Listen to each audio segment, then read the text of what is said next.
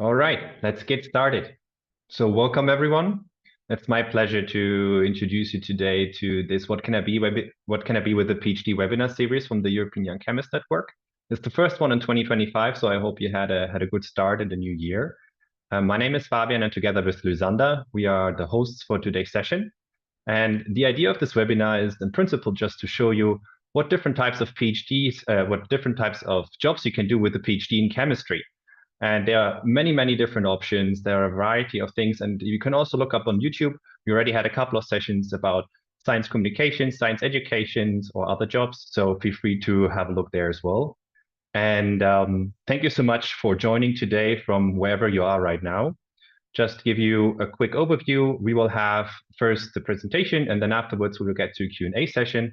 On the bottom of the Zoom tab, you will see a Q&A logo where you are happy to type in some questions, and we will get to them later. So without further ado, of course, there's no need for me to introducing Andrew, because that's what he will do himself in a second.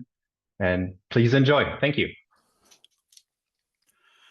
Okay, thank you very much, Fabian and Lysander. And in the interest of being a global community, good morning, good afternoon, and good evening, wherever you are coming from. And thank you so much for joining me here in the UK and in Europe. Very much, it's our lunchtime, so I think, as the invitation said, I have a cup of tea. So that is sort of where we're going to go with this.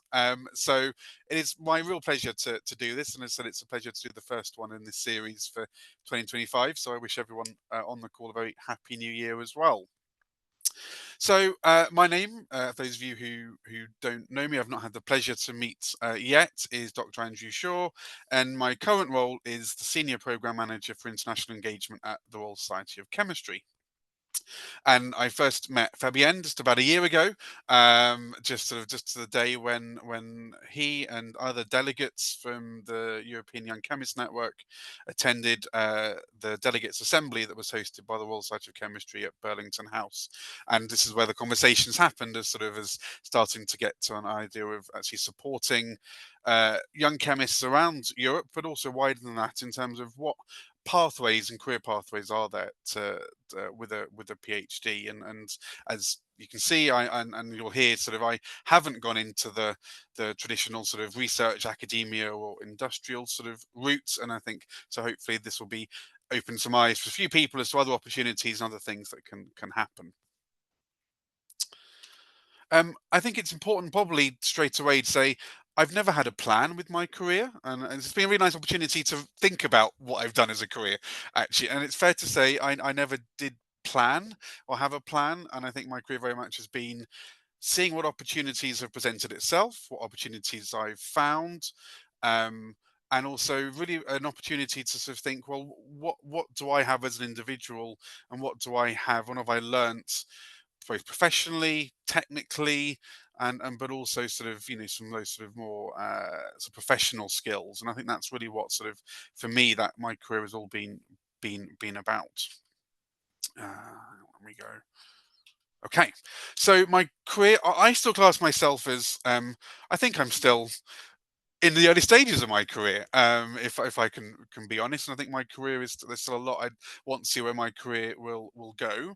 Um, the RSC has been my only employer to date, but within my role at the time at the RSC, I've had a real variety of roles, and that's sort of what we're going to talk you through for the next 15 minutes. A bit about me as a scientific background. So I'm not a traditional chemist by training, by background. I guess more of an applied chemist. I always had an interest in doing chemistry, and my modules I did with my degree in environmental science at UEA more focused towards water resources, hydrology, hydrochemistry, geochemistry, sort of those kind of areas. So it's always been a leaning, but I've not had a traditional chemistry background in that sense. I got a PhD from the University of Leicester I've termed analytical geochemistry, mainly because it's important to show that there was chemistry in the PhD, but it was very much more, again, on that applied side of things.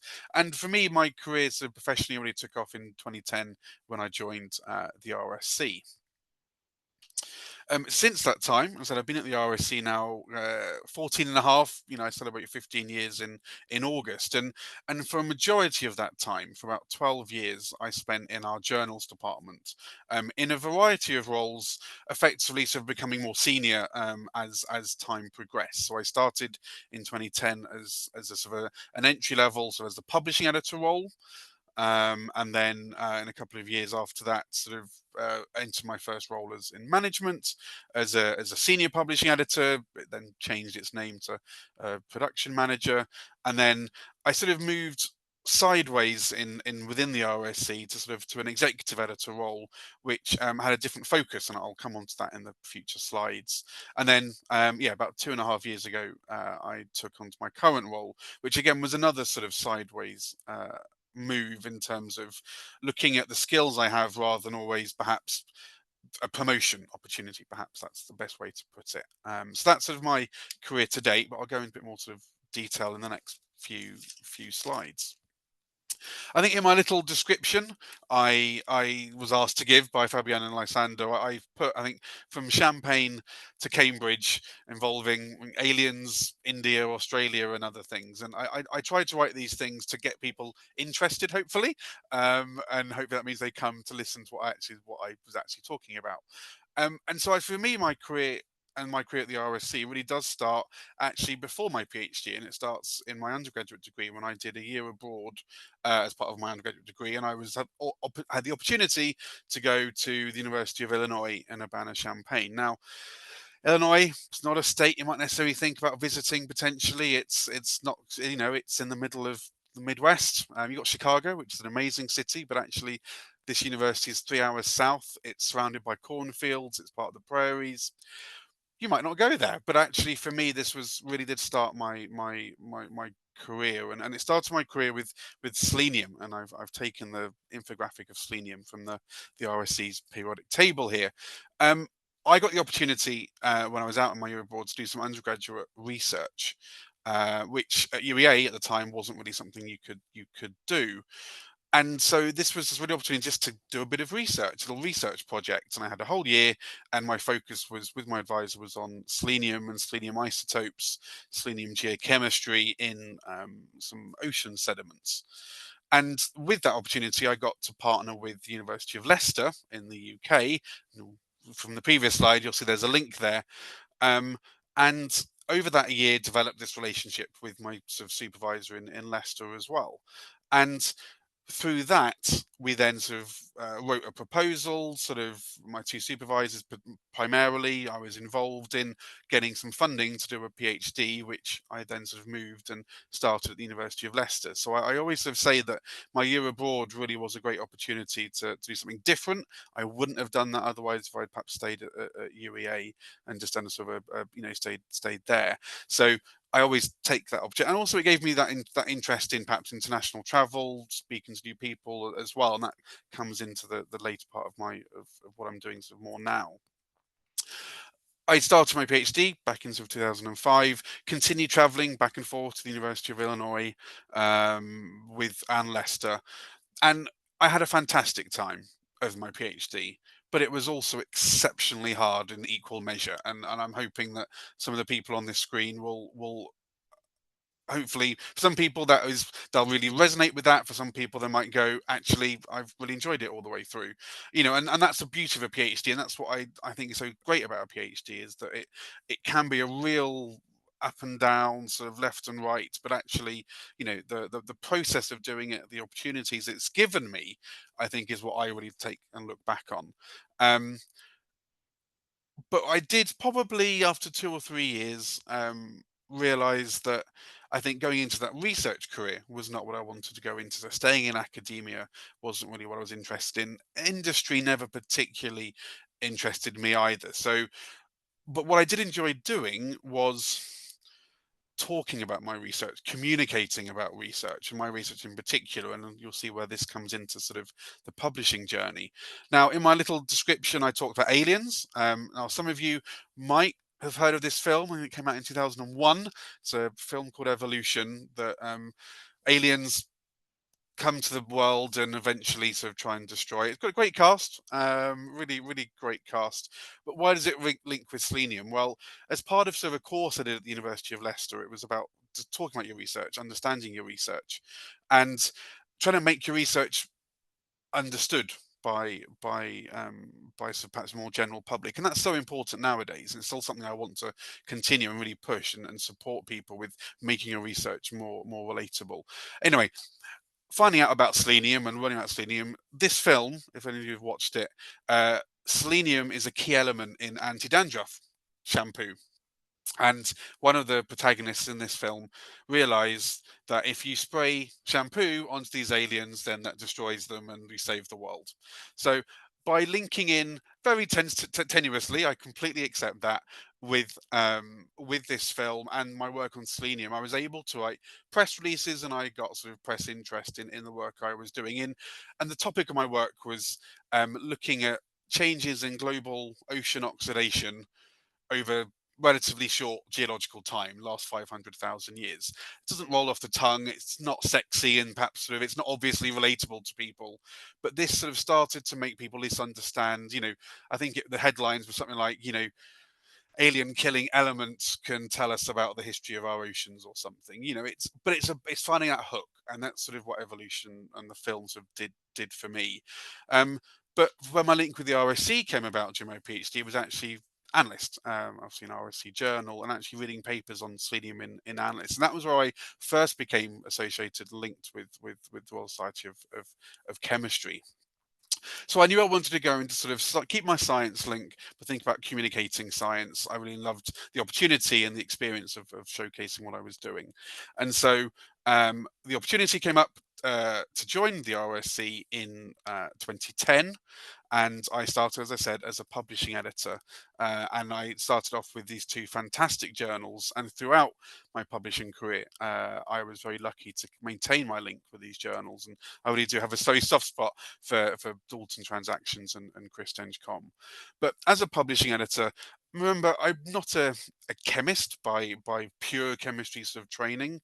So I knew when I joined this role, and I found out later talking with managers and my and mentors and things, that they knew that I was potentially deficient in the technical skills of chemistry. I didn't have the same basic chemistry training as some of my other peers would have with sort of the papers I might be reviewing and looking at. However, what they could see is those broader professional skills that I was able to demonstrate and show. And I think for me, that's something that's really been an important part of my career, is really reflecting on what the skills are that I've gained throughout my career doing various things.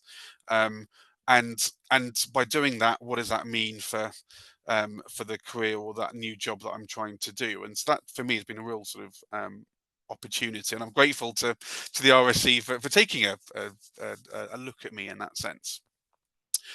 As a publishing editor, I loved my role as a publishing editor. It was so different, but this sort of diagram at the bottom here really just sort of sums up what I was doing in very simple terms. Was very much taking a submitted paper that come into one of these two journals primarily, and then taking it through the peer review process, managing the peer review process, working with authors, working with reviewers on reports, on revisions, and then for the papers that were accepted, then taking it through editing, through proofreading, and on to that sort of final online publication. And back in 2010, 2011, we were still printing copies. There was print and all that going on. And hey, that's amazing in 15 years how much that's changed, in sort of 2 or 3 years after that, probably print really has just sort of stopped. And that's just amazing, really, from just in my own sort of brief career. As well as handling my own papers, I'd support our external editors, I'd work with the other team, I'd handle ethical queries. It was just a really great introduction to the publishing process. And I would say to anyone who is interested, look at the RSC, but not just the RSC. There's plenty of other publishing houses out there. Have a look at publishing. It really does. You get to be connected with the chemistry, connected with the science, and but also you start to build those relationships with your editors, with your teammates, start to build relationships with reviewers, start to build relationships with authors, and you start to build up those sort of and it becomes a really nice collaborative process. And you, as individuals, potentially have gone through the publishing process as well. You know the pain of receiving a potentially a negative or a very exciting positive email from an editor, and so you can use those skills to relate and support those of that community. And of course, the RSC has a great international portfolio of authors, and so you start to work with people from around the world. And so again, that was really great to get involved with. So I did that for about a couple of years, and then from about sort of I then had the opportunity to a new role within the same team to take on a more sort of management style role. It was the first management style role I did, and when I looked at whether I thought I could do it, obviously I'd learnt the technical skills of the role, and I'd been a publishing editor for a couple of years, but I was thinking, well, what have I done that is perhaps akin to management? I've never have officially managed someone, but what kind of things have I done? And this actually, thinking about this talk, got me thinking about the work I did on committees, both my undergraduate but also my postgraduate degree. You know, I represented my peers in various university bodies and committees. I ran a number of university clubs, and so I was sort of president or chair, whatever the titles were, and running a small team of people, you know, to achieve an end goal, a product, or an event. One particular example, and I remember using this in my interview for this management role, was um, with 48 hours notice. I was in running a choir at the time. The venue that we were meant to do a concert in was hit by arson, and arsonists hit it. And so within about 48 hours notice, we had to either cancel or find a new venue, and tell people about the new venue. We had some external people singing with us too. And that was a real opportunity just to sort of go, well, and as the sort of the president at the time, there was an opportunity there to show leadership and being cool under pressure and be able to balance different things. So all of that, I sort of thought, well, actually, they're the kind of skills that I think someone might want in a manager, and so I was able to bring those in. So again, this is skills that aren't the technical. I've got that, but it's bringing those professional skills. And I think for those of you who perhaps are involved with the EYCN or in other sort of networks or other things, it's these kind of skills that I think are really important to bring out, and you can use and really develop and can in other careers. So I became a manager, as I said, and I think in my blurb I mentioned India. So sort of the next big milestone for me was an opportunity to travel to India. Now, in my role at the time, it didn't often happen. It wasn't a standard sort of opportunity, but it was given to me because someone else couldn't go, and I went, I'd love to. Never done it. Let's stretch myself. Let's push myself out of the comfort. Why not? Um, and I was able to represent my two journals, Dalton and Christinge.com, go travel out with one of our board members. And it was my first experience of promoting and I think advocating for a journal product in an external setting, at an external event. And it really just opened my eyes to this opportunity and this sort of world, so to speak. And you know, I was able to get some nice feedback from people, and it really gave me an appetite, I guess, for perhaps seeing a journal less from the more production operational side and perhaps more from the strategic external facing side. And so in 2015, that was when I was very fortunate and went for a role that basically became the executive editor of a portfolio of journals, which included Dalton and Christinge.com, and I also gained three other journals. So for my time as the executive editor or an executive editor, I had these five journals I was responsible for. And that exec ed role very much was a leadership role. It's a role focusing on strategy. It's very external facing. You're very much working with academics, both on your editorial boards, but also in other settings. And it got me the opportunity to really to be out and about much more. I traveled, you know, to lots of great places, met lots of great people from around the world, and in particular with NJC and photochemical and photobiological sciences, they're relatively unique. They're not totally unique in the RSC portfolio anymore, but they are owned by other societies, and the RSC publish them on their behalf.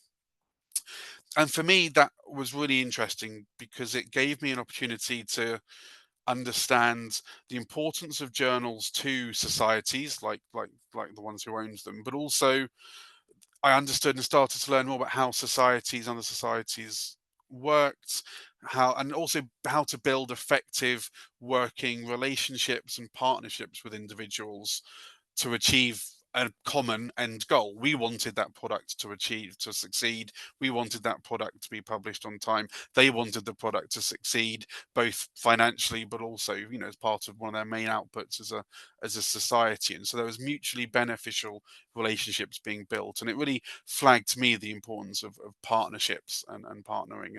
And in this role, I had a fantastic project management opportunity, which was with RSC Advances uh, it, uh, to convert the journal from a subscription journal to an open access journal, and that was about a year's or so work, and very much at the time RSC Advances was publishing 10, 11, 12,000 papers a year. And so that was an issue of volume. We had a huge number of editors working with us, but also it was the sort of a phase within the RSC's journey towards its current path, which is very much moving towards fully open access in the next few years. And RSC Advances followed the conversion of chemical science at the time to a gold open access journal. The difference with RSC Advances is we did put in article processing charges, but also the nature of the people.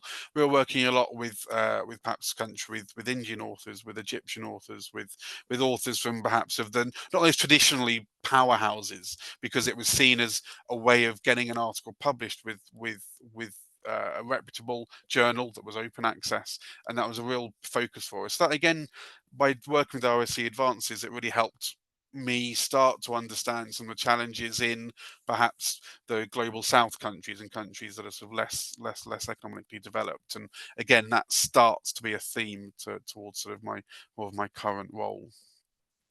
I spoke about Australia. So for me, Australia was a fantastic conference I attended back in about 2018. What that was and what I know now, I didn't know at the time, of course. And that's again another theme, is you just don't know what's going to happen. So it's been great to reflect. It really has. Is I actually spent and travelled with my now boss, Ali Palermo, and also my predecessor in the role, and it gave me an opportunity to really understand what international engagement, the international work at the RSC meant. And I think it really opened my eyes that international at the RSC was not just what we saw within publishing. And I don't, people might think, well, of course it isn't. I think at the time, there is so much, there's so much going on within publishing, and it's such an all-encompassing role, and there's so much that has to be involved with that. Actually, the RSC is much bigger than just a journal, and actually the journals were an amazing way of bringing people into the RSC. And I always say this to colleagues, that we can't ignore the power that these journals have, and our books and our other databases, everything, in bringing people into the RSC. What we can then do is then sort of show them the other benefits that RSC has as a membership body, as a professional body, from an accreditation perspective. But I could really see, I got a glimpse very much of, while I was on this trip, of what other international work takes place at the RSC, other partners, and other institutions that we get involved with, and their work. And so really sort of, that was what, 2018, 2019, and then 2020, obviously the global pandemic hit. And for a lot of people, I know I've spoken to a lot of people, that was a real opportunity to go, what's going on? What's happening? For me, it certainly was as well. And so, but in about early 2022, my current role came up came up to be applied for, and I obviously spoken, and I guess what I'm trying to say is, I think it was probably a 2 or 3 year position from that initial idea back in 2018 through to 2021, 2022, when the role was applied, as to what am I wanting to do? What do I see my career going, and what am I enjoying? And I think I realized I'm enjoying building those relationships, building those partnerships. But I think I wanted to do more than just perhaps focus on a product as from a point of view of the RSC. I love working for the RSC, and I will happily happily tell anyone about how great I think the RSC is as both as an employer, and how good it has been to me individually as well. But the RSC is so much more than just a journal, and I think that's really what I wanted to try and get into with my new role, and that is where I am now, and I have the opportunity now to be in a role that is outward facing, still very much external facing. I have the great opportunity of emailing people all around the world, almost every day, sort of with the various projects and programs I'm involved with. But I work with so many more colleagues, and I think that's what for me has been a great opportunity, is to expand my understanding and knowledge of what the RSC does and the importance of the RSC, both in the UK but also internationally. And so, yeah, brings me now to my current role, which is international engagement at the RSC. And so all of this is sort of built really from the idea of looking at the skills I have. And I was looking at my previous role in publishing, and I was like, well, I've got the skills of working with societies. I've been able to line manage. I've got experience working internationally. I've got knowledge of our publishing work. I knew about other international activities the RSC was doing, and all that came into me being offered and in this current role. What is my current role? I'm conscious I will only spend a couple of minutes on this so that we can have the Q&A. But my current role primarily is focused on the Pan Africa Chemistry Network, which is an amazing program that the RSC has been running for over 16 years now. And it is all focused on elevating and raising and supporting African chemists to become better integrated, to become much more visible in the global community. There is so much amazing work that happens in Africa within chemistry, and the PhD, the Pan African Chemistry Network, one of its main remits is to showcase that work and elevate sort of that work to a more wider global audience. Our publishing operation, our journals do a fantastic job of that already. So it's working with our journal team, it's working with our membership team to get more members from Africa, because then we can support them through our other activities and really make sure they get the relevant skills that perhaps they don't have access to, that we can give. And then sort of I've got sort of what I call all the federation work we sort of do. Well, that is Commonwealth Chemistry, UChems, which is where the link here, of course, today is, but also our UPAC. So the RSC is a member of all three of these federations in various ways. With Commonwealth Chemistry, we have additional responsibility in that I run the work of the Secretariat for Commonwealth Chemistry. And all of these sort of federations, the RSC has different roles, as I said, as a member, but also partnering with this federation, with societies within it, to enhance and really support the global chemistry community. And so with these three, we really are covering as the RSC the whole world in terms of its sort of its community. And I think with Commonwealth Chemistry, it brings us particularly access to Africa through the nations that are part of there. That obviously links very closely with the PhD, but also to parts of the Caribbean and other small islands, which again, people and you see the kind of research that's happening, and you really sort of go, wow, this is research that needs to be so visible and seen. And so the opportunities to engage and work with these individuals from all these other countries really is such a great privilege, and I'm so lucky to get to do it. And said more closer to home, the work over the last year or so in particular with UChems and with EYCN and our UPAC is fantastic. To give you an example of the kind of breadth of people that we work with, these are some of the partnerships we have on top of those federations. So we've got India, Canada, Japan, Korea, Germany, and then sort of China, Korea, Australia, South Africa, Singapore, just to name a few. Plus, then all the other countries that are part of these federations as well. And also, you'll see within there's the Federation of the African Societies of Chemistry and the Federation of the Asian Chemical Societies. Again, the RSC really sees these sort of groups, or where you've got groups of countries together coming together, is so crucial, and such a big part of our international presence, and really connecting the UK and with the wider international community as well. So I'm conscious it's about 12:30 on my time anyway. So I wanted to come up with 2 or 3 sort of taking away points, and I've worded this specifically as what have I learned for myself. This is not necessarily what I'm sort of telling you. It's more what I've learned on this sort of thinking about this journey, and hopefully some of this stuff I've said already is that I think really importantly, transferable and professional skills so important, as well as all those technical skills you gain. And I think it's take the time to think, well, what have I been doing during my PhD, or just after my PhD, and what how am I actually doing it? Forget the sort of that technical side, but what am I actually doing and developing, understanding those, because that can be just as important to a career potentially away from academia, if that's what you're wanting to do. For myself, I think when I sort of said about looking ahead, what I'm sort of trying to say there is perhaps don't always think what's the next promotion opportunity, but actually where might I go? Where could I perhaps take a slightly different path to get somewhere? So I think it's looking perhaps sideways or looking in your periphery sometimes to find your next path in your career. And that's certainly, I think, what I've done with the move to an executive editor, but also with my current role is it was looking, well, what skills can I develop in new areas? And that's always what I've been able to do, or still am doing very much. And I think for me, again, reflecting on this, putting this talk together, I think opportunities will of course find you, but you also need to find them for yourself. And so I think that's just, for me, something I very much learnt as a bit of a mindset. And I chose this pencil pot, and mainly because when you got a load of these coloured pencils, you've got to make, it's these different color pencils could reflect different pathways, different opportunities. You might pick up a different color one day and feel like a different color the next day.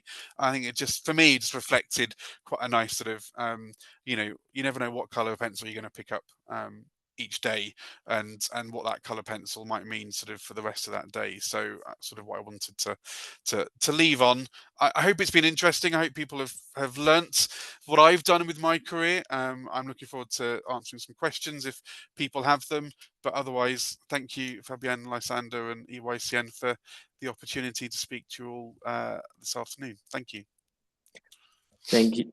Thank you so much, Andrew, for this very interesting talk. And normally I would have asked a question before stopping the recording, what you would advise to the young people, but actually you already gave the answers by yourself. So I guess we can directly skip that. But anyhow, thank you very much for this very nice input.